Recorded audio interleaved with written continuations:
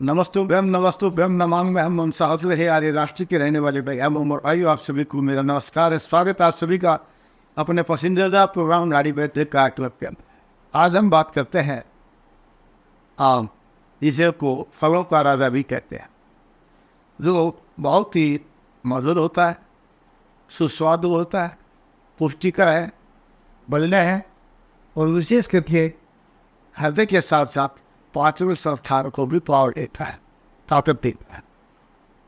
तो वैसा है ये आम का फल, लेकिन इसका हम प्रयोग 3 प्रकार से करते हैं।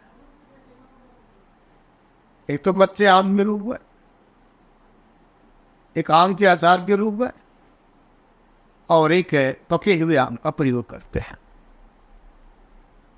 लेकिन कैसे हम इनका प्रयोग करें जिससे ये हमारे शरीर के अंदर इम्यूनिटी पैदा करें, जिससे यह आप हमारी पाचन संस्थान को मजबूत करें, जिससे यह आप हमारे रोग प्रतिरोधक अक्षमता को ठीक करें। तो सबसे पहले हम बात करते हैं पके हुए आम। पका हुआ आम हम भोजन के साथ प्रयोग कर सकते हैं, या फिर दूध के अंदर आम को मिला करके, जिसको आम रस कहते हैं, आम रस के रूप में इसका प्रयोग किया जाए। लेकिन ये ध्यान रहे कि आम रस में हमें कभी चीनी या शक्कर का प्रयोग नहीं करना चाहिए। इसमें खांड या मिश्री का प्रयोग करेंगे तो यह आम कभी भी एसिडिटी पैदा नहीं करेगा, कभी जलन पैदा नहीं करेगा, कभी गर्मी नहीं बढ़ाएगा।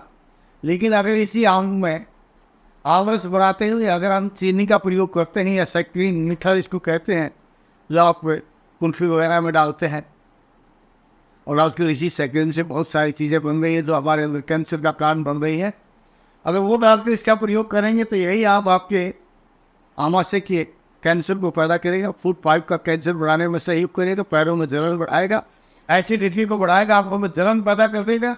इसलिए मैंने बताया कि आम रस का प्रयोग आप आम रस के अंदर मिश्री या खांड डाल कर इसका प्रयोग कीजिए।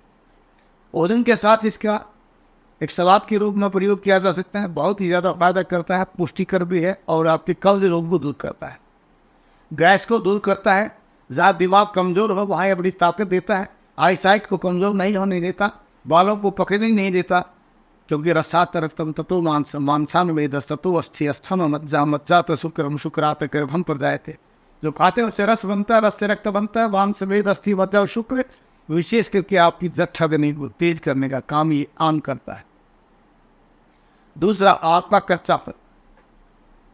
अगर आपको भूख नहीं लगती, गर्मी बढ़ी हुई है, तो कच्चे आम को भून करके उसकी अगर सब्जी बनाई जाए या पाना बना लिया जाए, यानी भुने हुई कच्ची आम को पानी को धुल करके उसमें थोड़ा काला नमक और जीरा डाल करके अगर उसका प्रयोग किया जाए तो वह आपको लू नहीं लगने का, यानी गर्मी से आपको बचाता है, आपके यूटीआई यूरिनरी ट्रैक्ट के इन्फेक्शन को दूर करता है, आपको धात का रोग है, लिकोरिया का रोग है, उसमें दूर करता है, और आपको खा पिया हजम नहीं होता या खाने की इच्छा नहीं होती है तो ये उसको दूर करता है। अनिच्छा को दूर करता है, अरुचि को दूर करता है, गर्मी को दूर करता है, भूख को बढ़ाता है।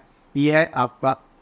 और अगर इस आंबे की सब्जी वैसे बनाने है, उसमें फिर मीठा जो आपने डाला है, जब आपकी सब्जी बन जाए उसके बाद उसमें खांड डाल करके खून लीजिए, क्योंकि जो आप मीठे के अंदर या किसी भी पानी उबाल के मीठे का प्रयोग करते हैं उसकी तासीर गर्म हो जाती है।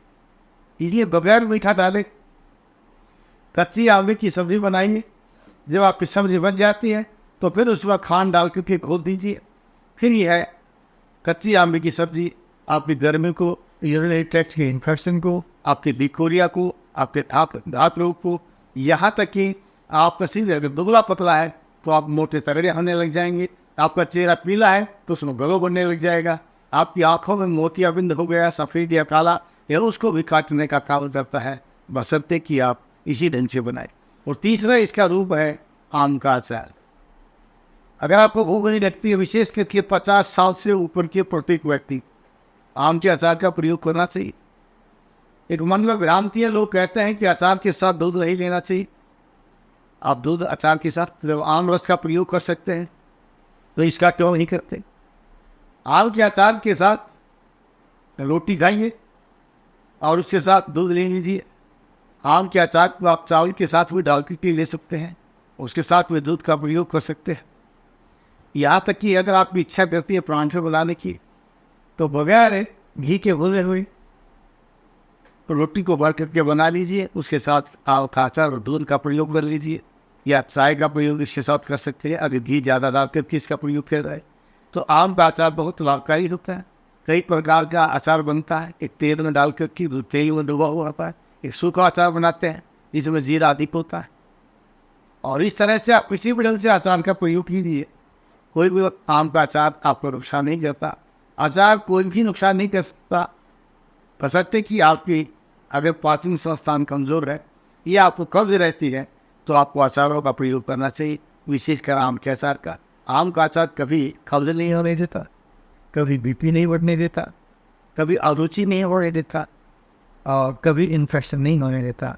लेकिन सही समय पर ठीक मात्रा में प्रयोग करें, यथामी प्रबल लाए। दोबारा मिलने के लिए इन युवाओं के साथ कि आप स्वस्थ रहें, अपने परिवारजनों को स्वस्थ रखें, भारतवर्ष को स्वस्थ रखें। और अधिक जानकारी के लिए किसी भी रोग से अगर आप परेशान हैं, थक चुके हैं और इस संसार से चले जाना चाहते हैं, तो चले जाने से पहले, उठ जाने से पहले एक बार हमारे उस हवाई या नाड़ी दिखाइए, अपने रोग का सही कारण जान करके सही समाधान पाइए। जय भारत, जय भारती।